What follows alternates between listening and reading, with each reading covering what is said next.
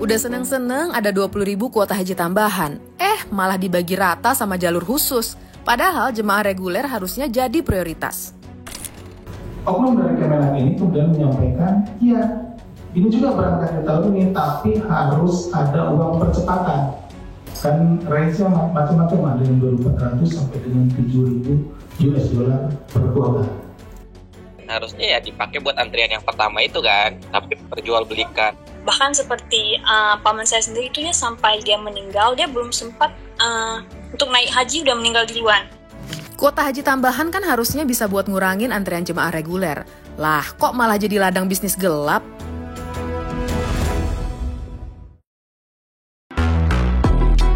Kita mulai dari yang paling menyita perhatian publik, ex-Menteri Agama Yakut Khalil Qaumas.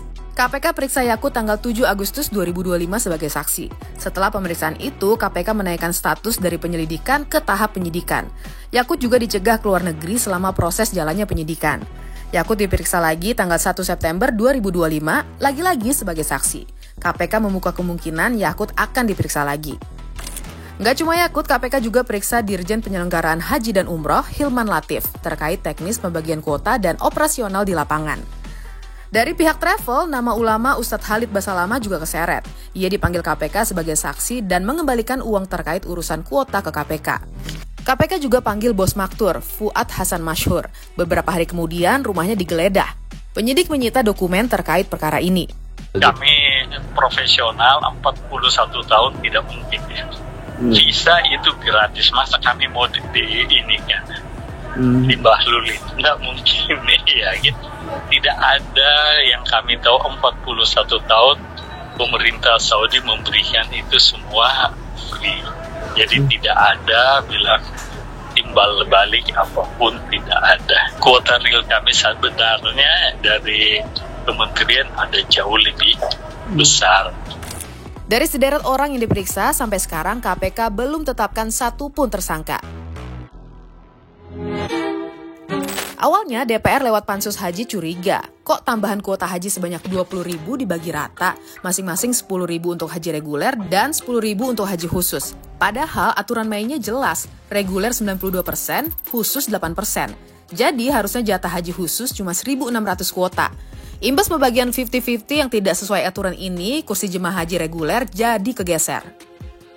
Dan di temuan yang saat kita lakukan pembahasan pun banyak sekali kejanggalan. Salah satunya jamaah yang haji khusus saat kalau kita bicara waiting list jamaah haji khusus, emang waiting list apa tidak? Mereka kan waiting list juga antara 5 tahun sampai ada yang 2 sampai dengan 5 tahun. Tapi kenyataannya pada saat kami melakukan pembahasan pansus haji, masih ada jamaah yang mendaftar di tahun itu dia langsung berangkat di haji khususnya saja.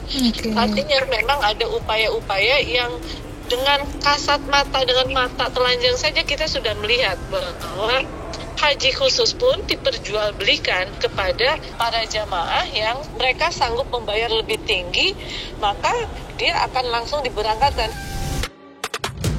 KPK menduga modusnya gini, kuota khusus dibagi ke sejumlah penyelenggara haji khusus atau PIHK, ada lobby dan tukar-menukar kursi antar travel haji, ujungnya muncul tarif atau fee per kursi. Makanya KPK turun tangan, mereka menelusuri keputusan 50-50 itu atas dasar apa? Daftar PIHK penerima dan jejak uangnya, dari siapa kumpulnya, dan kemana alirannya. Di pasal 64 sendiri, di ayat 2-nya yang mengatakan bahwa kuota haji khusus itu adalah 8% dari total kuota yang diberikan. Kalau sudah disebutkan 8%, otomatis yang regulernya itu tidak usah disebut, itu otomatis sudah 92%. Nah, sehingga apabila itu diskresi menteri melanggar undang-undang, itu ya tidak benar. Tidak ada aturan di bawahnya itu melanggar aturan di atasnya. Imbas skema ini, KPK menilai ruang jual beli kuota khusus jadi melebar. Di lapangan, harga yang dibayar jemaah bervariasi, sekitar 200 sampai 400 juta rupiah per kursi. KPK juga mendalami dugaan setoran per kuota sekitar 43 sampai 116 juta rupiah ke oknum berjenjang. Singkatnya, ada fee per kursi yang naik turun tergantung tawar-menawar. Bahkan disebut perdagangan antar biro juga terjadi, bukan cuma langsung ke jemaah. Tapi kemudian ada oknum dari Kementerian Agama yang menyampaikan bahwa Ustadz, ini pakai kuota haji khusus saja, ini resmi, gitu ya. Gitu. Tapi kan ditanya lagi, kuota haji khusus kan juga harus ngantri. Ada antrinya, tapi berbeda ya dengan yang kuota haji yang reguler. Kalau reguler itu sampai dengan 15, 20, sampai bahkan ada yang 30 tahun.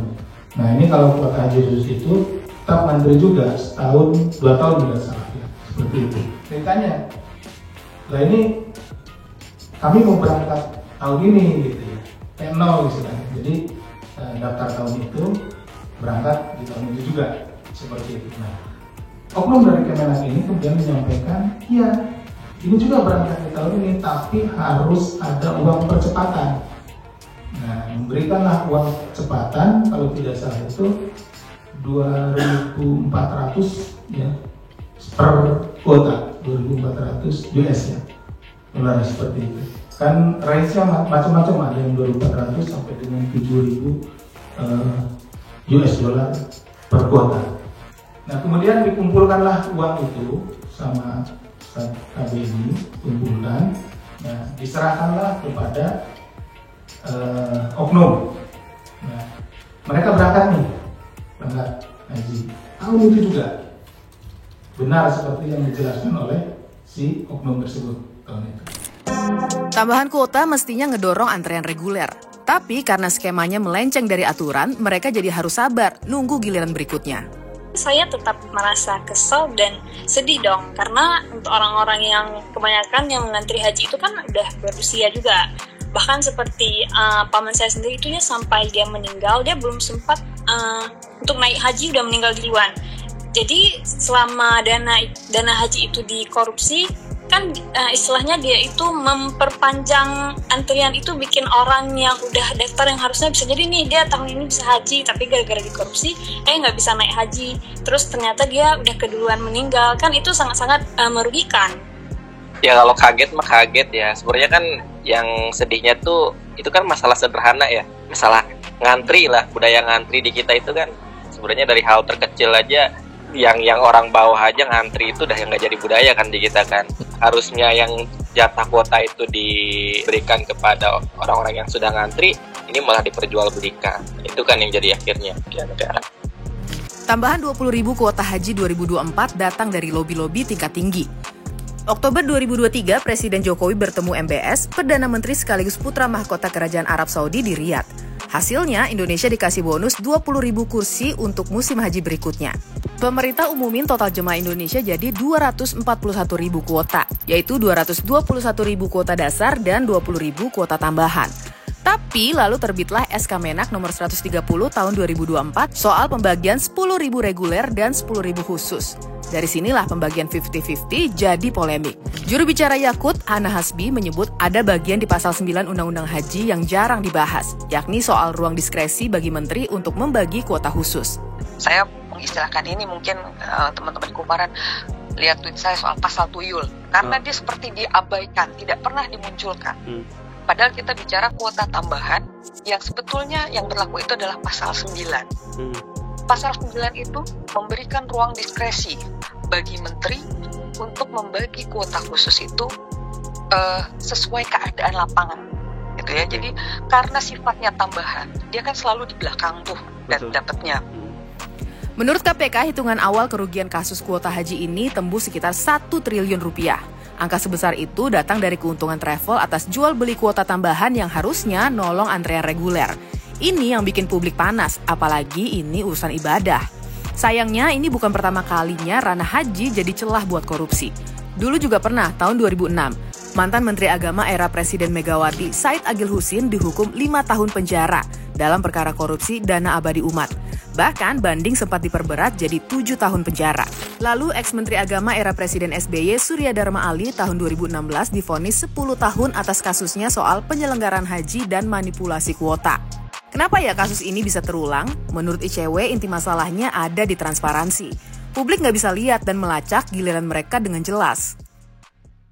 Pertama, dalam konteks kuota haji, yang menjadi soal selama ini adalah tidak ada mekanisme yang sangat terbuka berkaitan dengan proses penentuan kapan seseorang itu bisa mendapatkan kesempatan begitu ya di dalam konteks haji.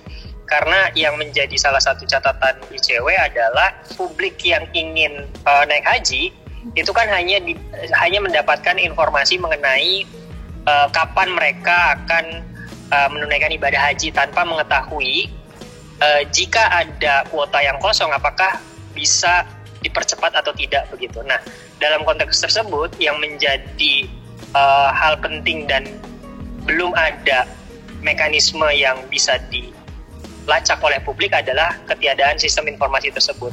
Ini bukan sekedar tambahan kursi haji untuk umat, tapi juga soal bagaimana negara mengelola amanah terbesar bagi warganya. Satu kursi melenceng, satu doa tertahan. Haji itu ibadah, bukan komoditas. Sampai kapan ranah suci ini jadi lahan basah praktik korupsi?